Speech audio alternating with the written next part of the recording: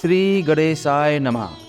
बोलिए शंकर भगवान की जय, बोलिए पार्वती माता की जय। तो आज हम आपको अपने चैनल पर श्री हरितालिका तीज व्रत की कथा सुनाने जा रहे हैं। यह व्रत भाद्रपद मास के शुक्ल पक्ष की तृतीय को किया जाता है। श्री परम पावन भूमि कैलाश पर्वत पर विशाल बट वृक्ष के नीचे भगवान शिव, पार्वती सभी गणों सहित बाघांबर पर विराजमान थे। बलवान वीरभद्र, भृंगी, श्रृंगी, नंदी आदि अपने अपने पैरों पर सदा शिव के दरबार की शोभा बढ़ा रहे थे। गंधर्वगण, किन्नर, ऋषि हरि भगवान की अनुष्टुप छंदों से स्तुति गान कर रहे थे। वह स्वर आलापों से वाद्य यंत्रों में संलग्न थे। उसी सुअवसर पर महारानी पार्वती जी ने भगवान शिव से दोनों हाथ जोड़कर प्रश्न किया कि हे महेश्वर, मेरे बड़े सौभाग्य हैं जो मैंने आप सरीखे पति को वरण किया है। क्या मैं जान सकती हूँ कि मैंने वह कौन सा पुण्य अर्जन किया है? आप अंतर्यामी हैं, मुझको बताने की कृपा करें। पार्वती जी की ऐसी प्रार्थना सुनने पर शिव जी बोले, हे वराणिनी, तुमने अति उत्तम पुण्य का संग्रह किया था जिससे तुमने मुझे प्राप्त किया है। वह अति गुप्त है, अब तुम्हारे आग्रह पर प्रकट करता हूँ। कथा प्रारंभ। भाद्रपद माह के शुक्ल पक्ष के तीज का व्रत हरताल के नाम से प्रसिद्ध है। यह जैसे तारागणों में चंद्रमा, नवग्रह में सूर्य, वर्णों में ब्राह्मण, देवताओं में गंगा, पुराणों में महाभारत, वेदों में साम, इंद्रियों में मन, ऐसा ही यह व्रत श्रेष्ठ है। जो तीज हस्त नक्षत्र युक्त पड़े वह और भी महान पुण्यदायक होती है। ऐसा सुनकर श्री पार्वती जी ने कहा, हे महेश्वर, मैंने कब और कैसे यह तीज का व्रत किया था, विस्तार के साथ श्रवण करने की इच्छा है। इतना सुनकर भगवान शंकर बोले कि हे भाग्यवान उमा, भारत के उत्तर में श्रेष्ठ एक पर्वत है, उसके राजा का नाम हिमांचल है।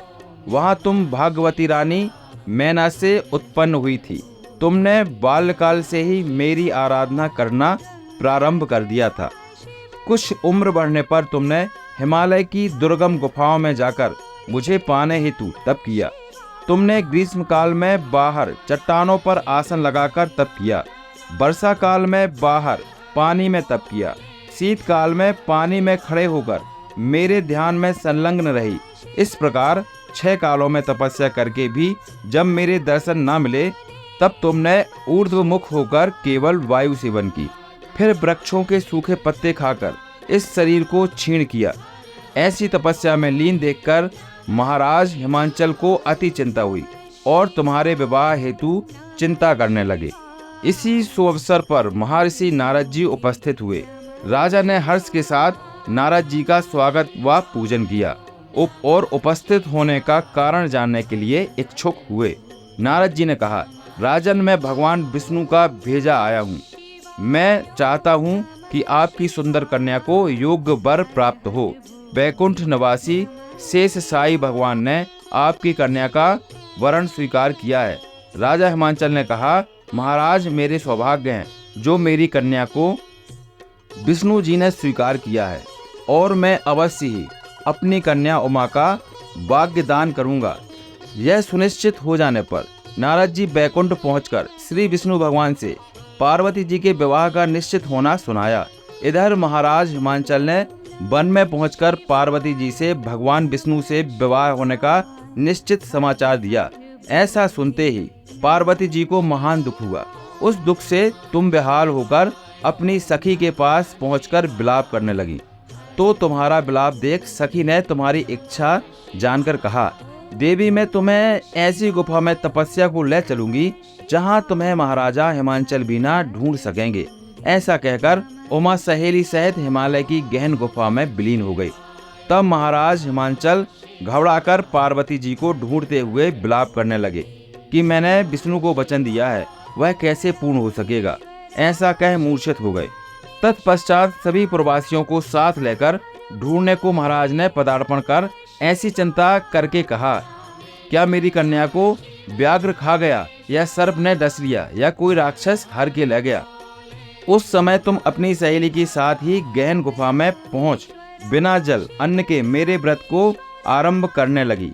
उसी दिन भाद्र मास की तृतीया शुक्ल पक्ष हस्त नक्षत्र युक्त थी। मेरी पूजा के फल स्वरूप मेरा सिंहासन हिल उठा, तो मैंने जाकर तुम्हें दर्शन दिया और तुमसे कहा, देवी मैं तुम्हारे व्रत और पूजन से अति प्रसन्न हूँ।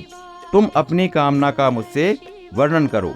इतना सुन तुमने लज्जित भाव से प्रार्थना की कि आप अंतर्यामी हैं, मेरे मन के भाव आपसे छुपे नहीं हैं, मैं आपको पति रूप में चाहती हूँ। इतना सुनकर मैं तुम्हें एवमस्तु इच्छित पूर्ण वरदान दे अंतर्ध्यान हो गया।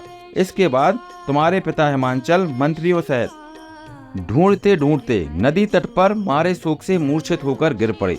उसी समय तुम सहेली के साथ मेरी बालू की मूर्ति विसर्जन करने हेतु नदी तट पहुंची, तो तुम्हारे नगर निवासी मंत्रीगण हिमांचल सहित तुम्हारे दर्शन कर अति प्रसन्नता को प्राप्त हुए और तुमसे लिपट लिपट कर रोने लगे और बोले, उमा तुम इस भयंकर वन में कैसे चली आई, जो अति भयानक है, जहाँ सिंह, व्याघ्र, जहरीले भयानक सर्पों का निवास है, जहाँ मनुष्य के प्राण संकट में हो सकते हैं। अतः हे पुत्री, इस भयंकर वन को त्याग कर अपने गृह को प्रस्थान करो। पिता के ऐसे कहने पर तुमने कहा, पिता मेरा विवाह तुमने भगवान विष्णु के साथ स्वीकार किया है, इससे मैं इसी वन में रहकर अपने प्राण विसर्जन करूंगी। ऐसा सुन महाराज हिमांचल अति दुखी हुए और बोले, प्यारी पुत्री तुम शोक मत करो, मैं तुम्हारा विवाह कदापि भगवान विष्णु के साथ न करूंगा और तुम्हारा अभीष्ट वर जो तुम्हें पसंद है उन्हीं सदाशिव के साथ करूंगा। अब तुम मेरे पर अति प्रसन्न हो। सहेली के साथ नगर में उपस्थित होकर अपनी माता अन्य सहेलियों से मिलती हुई कुछ समय बाद शुभ मुहूर्त में तुम्हारा विवाह वेद विधि के साथ महाराज हिमांचल व महारानी मैना ने मेरे साथ कर पुण्य का अर्जन किया। हे सौभाग्यशालिनी, जिस सहेली ने तुमको हरण कर हिमालय की गुफा में रखा, मेरी प्राप्ति का व्रत किया, इसी से इस व्रत का नाम हरिताल का पड़ा और यह व्रत सब व्रतों में उत्तम हुआ।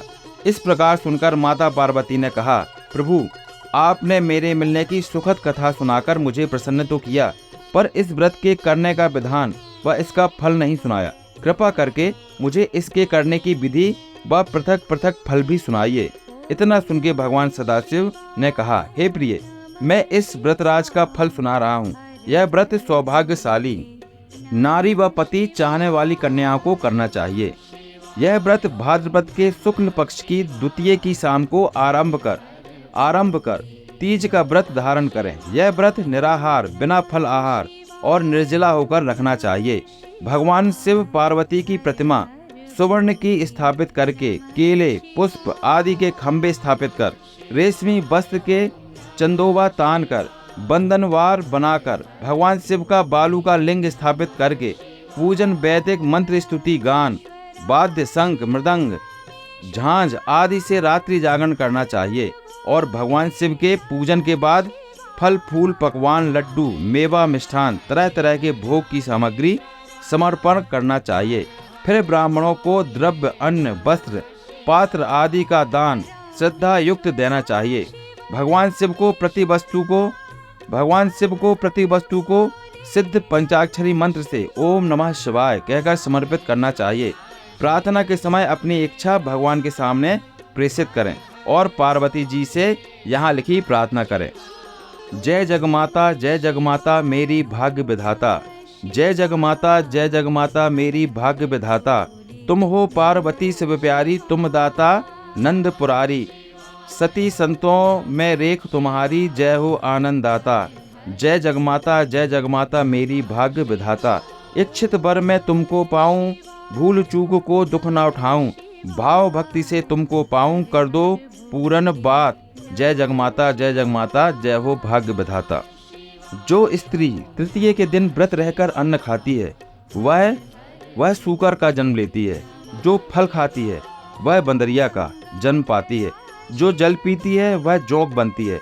जो दूध पीती है वह सर्पनी का जन्म लेती है और जो मांस खाती है वह बाघिन होती है। जो दही खाती है वह बिल्ली का जन्म पाती है। जो मिठाई खाती है वह चींटी बनती है तथा जो सब कुछ खाती है वह मक्खी का जन्म लेती है। प्रार्थना के बाद पुष्पों को दोनों हाथों में लेकर पुष्पांजलि समर्पित करें।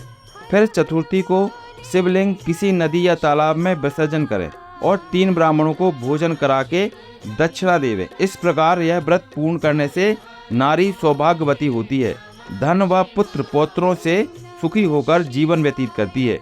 कन्याओं के व्रत करने से कुलीन धनवान वर को प्राप्त होने का सौभाग्य होता है।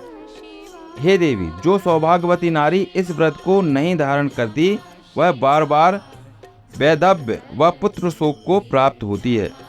बोलिए शंकर भगवान की जय। तो यहाँ पर हरतालिका तीज व्रत की कथा समापन होती है। तो इसी प्रकार की कथाओं को पाने के लिए हमारे चैनल को सब्सक्राइब कीजिए और हमें सपोर्ट कीजिए।